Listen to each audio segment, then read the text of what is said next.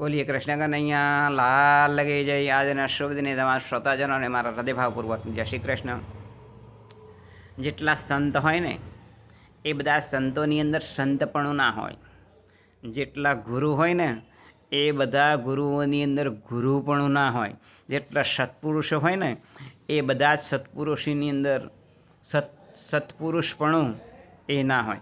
જેટલા સરોવરો હોય એ બધા જ સરોવરની અંદર એ કમળ એ ના હોય.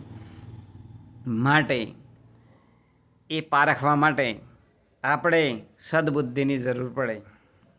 હવે એક વખત કૌરવો અને પાંડવો હસ્તિનાપુરની અંદર એ પોતે દડો રમતા હતા.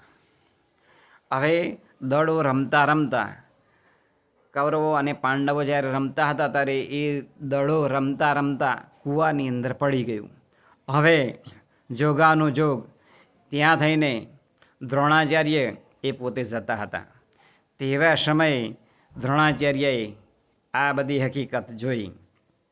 તે વખતે આ દ્રોણાચાર્યએ વિચાર કર્યો કે આ કૌરવો અને પાંડવો શું કરે છે. તો આ કૌરવો અને પાંડવો કૂવા પાસે ગયા. એમણે કાઢવા માટે દડાને કાઢવા માટે ઘણો પ્રયત્ન કર્યો, પરંતુ એ દડો બહાર નીકળી શક્યો નહીં.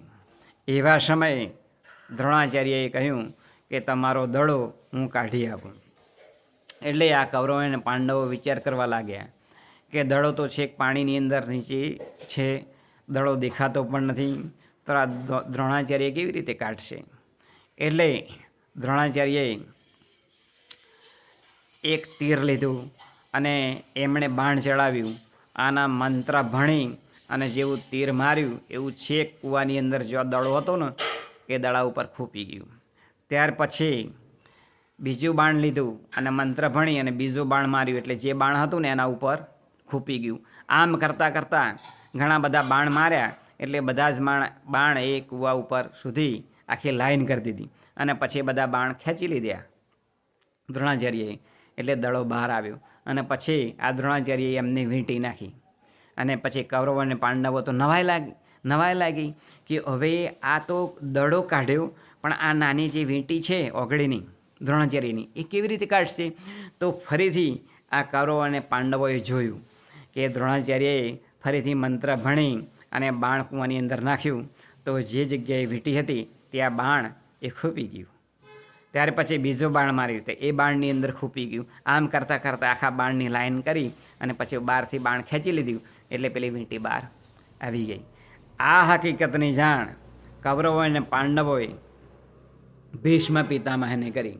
એટલે ભીષ્મ પિતામહે વિચાર કર્યો કે આ દ્રોણાચાર્ય છે એમને આપણે ગુરુ તરીકે એમની સ્થાપના કરીએ અને આપણે કૌરવો અને પાંડવોને સારી રીતે એ અભ્યાસ કરાવી શકશે. ત્યાર પછી ભીષ્મ પિતામહે આ દ્રોણાચાર્યને બોલાવ્યા અને એમને વાત કરી કે તમે એમનો દડો કાઢી આપ્યો, તમારી જે વીંટી હતી તે કૂવાની અંદર નાખી તે પણ તમે મંત્ર ભણીને કાઢી.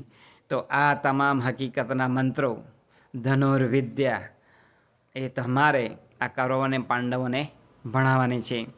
એટલે આ દ્રોણાચાર્ય એ પોતે તૈયાર થયા અને એ પોતે એ કૌરવો અને પાંડવોને એ પોતે અભ્યાસ એ કરાવતા હતા. આમ પરીક્ષા કેવી રીતે થઈ, તો આ દ્રોણાચાર્યની જે હકીકત જાણી કૌરવો અને પાંડવોને, તો પછી એમની જોડે એ વિદ્યા ભણ્યા. એમ મહાન વિદ્વાન જે ગુરુ હોય, મહાજ્ઞાની હોય, તેજસ્વી હોય, તેમની જોડેથી જો જ્ઞાન શીખવામાં આવે તો એ જ્ઞાનથી પોતાના જીવનનું પણ એ કલ્યાણ થતું હોય છે. માટે ગુરુ કરવા હોય તો પણ એ ગુરુ કેવા છે એ જાણી અને પછી જો ગુરુ કરે તો પોતાના જીવનું, પોતાના દેહનું, પોતાના આત્માનું એ કલ્યાણ એ જરૂર કરી શકે છે. એ જ આજના શબ્દને પ્રાર્થના બોલી કૃષ્ણ કનૈયા લાલ લગી જય.